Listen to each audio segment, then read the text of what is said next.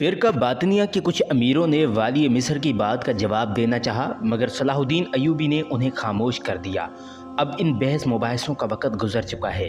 باطنیوں کے عمائدین سے خطاب کرتے وقت صلاح الدین ایوبی کا لہجہ انتہائی پرجلال اور آواز معمول سے زیادہ بلند تھی۔ جب انسان کی سرشت میں انکار شامل ہو جاتا ہے تو وہ سب کچھ دیکھتے ہوئے بھی اندھا اور سنتے ہوئے بھی بہرا بن جاتا ہے۔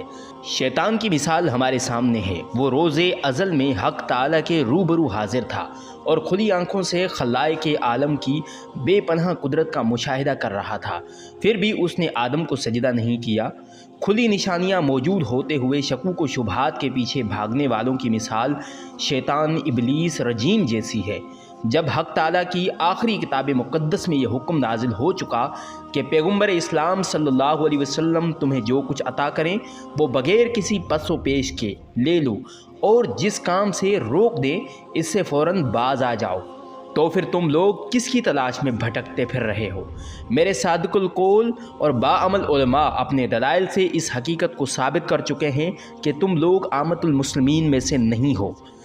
جب میں تائید غیبی کے سہارے آدم خور حشیشان کی پناہ گاہوں کو ان کے مدفن بنا سکتا ہوں تو میرے لیے یہ کام کہیں آسان ہے کہ میں تمہیں ایک قطار میں کھڑا کر کے قتل بھی کر سکتا ہوں، تمہارے گھروں کو آگ لگا کر تمہیں در بدر بھی کر سکتا ہوں، مگر میں اسلام کی صلح رحمی اور رواداری کے صدقے تمہیں زندہ رہنے کا ایک موقع فراہم کرتا ہوں۔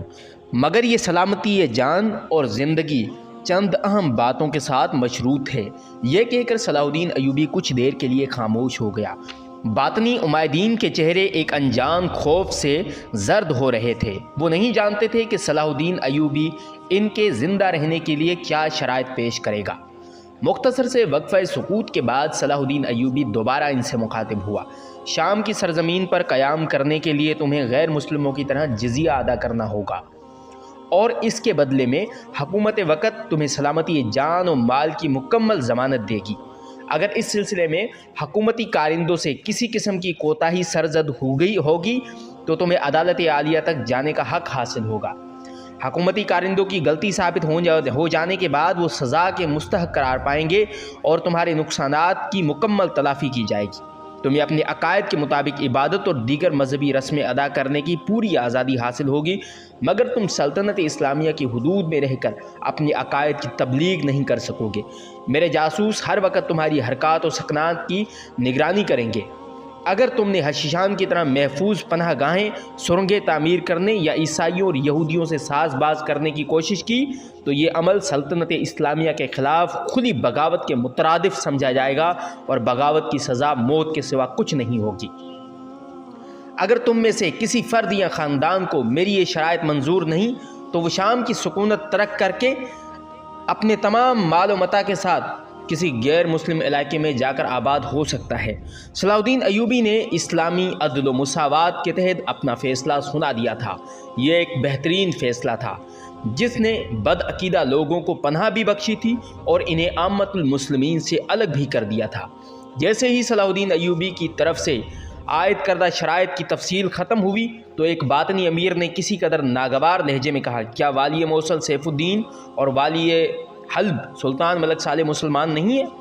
باطنی امیر کا سوال بظاہر بہت عجیب اور حیران کن تھا، مگر صلاح الدین ایوبی ایک لمحے میں سوال کی گہرائی تک پہنچ گیا اور اس نے مسکراتے ہوئے کہا، کیا میں نے اشارتاً یا کنایتاً ان دونوں حضرات کو کافر قرار دیا؟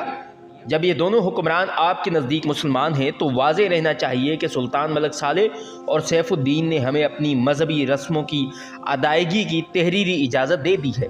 یہ کہہ کر وہ باطنی امیر اپنی جگہ سے اٹھا اور اس نے صلاح الدین ایوبی کو ایک دستاویز پیش کی جسے سونے کی جلد میں محفوظ کیا گیا تھا۔ صلاح الدین ایوبی نے اس سنہری دستاویز کو کھول کر دیکھنے کی زحمت بھی گوارا نہ کی۔ اب ان کاغذات کی کوئی حیثیت نہیں، حاکم رخصت، حکم کالعدم۔ اب میرے اور تمہارے درمیان نئی دستاویز تیار کی جائے گی جس پر دونوں فریق سختی کے ساتھ عمل پیرا ہوں گے۔ صلاح الدین ایوبی کے اس بے نیازانہ طرز عمل پر تمام باطنی عمائدین کے چہرے اتر گئے۔ اگرچہ وہ نوشتہ دیوار پڑھ چکے تھے لیکن پھر بھی انہوں نے والی مصر کی خدمت میں آخری درخواست پیش کرتے ہوئے کہا، دارالعمل کی عمارت ہمارے حوالے کر دی جائے۔ باطنی عمائدین کی درخواست سن کر صلاح الدین ایوبی مسکرایا۔ اس خواہش کا تو ایک ہی مفہوم ہے کہ تمہارے اور حشیشان کے درمیان گہرے روابط تھے۔ والی مصر کی اس گرفت پر باطنی عمائدین کے چہرے اتر گئے اور وہ گھبرا گئے۔ پھر کوئی نیا مطالبہ کیے بغیر وہ انتہائی شکستہ حالت میں اس مجلس خاص سے اٹھ کر چلے گئے۔ اب اسی میں ان لوگوں کی عافیت تھی۔ یہ صلاح الدین ایوبی کی عظیم و عالی شان کامیابی تھی کہ اس نے شام کے اہل ایمان کو حشیشان آدم خوروں سے نجات دلائی تھی۔ مزید یہ کہ والی مصر نے اس علاقے کے تمام باطنیوں کی چھان بین کر کے انہیں عام مسلمانوں کی صفوں سے الگ کر دیا تھا اور ان کی خفیہ سرگرمیوں کی نگرانی کے لیے اپنے جاسوسوں کی ایک جماعت مقرر کر دی تھی۔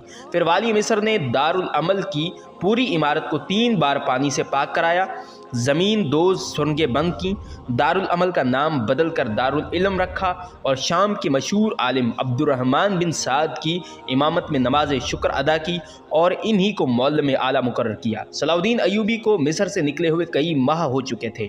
اس نے فوری طور پر اپنے حقیقی بھانجے فرخ شاہ کو یمن سے طلب کیا، جو اس کے بڑے بھائی توران شاہ شمس الدولہ کا نائب تھا۔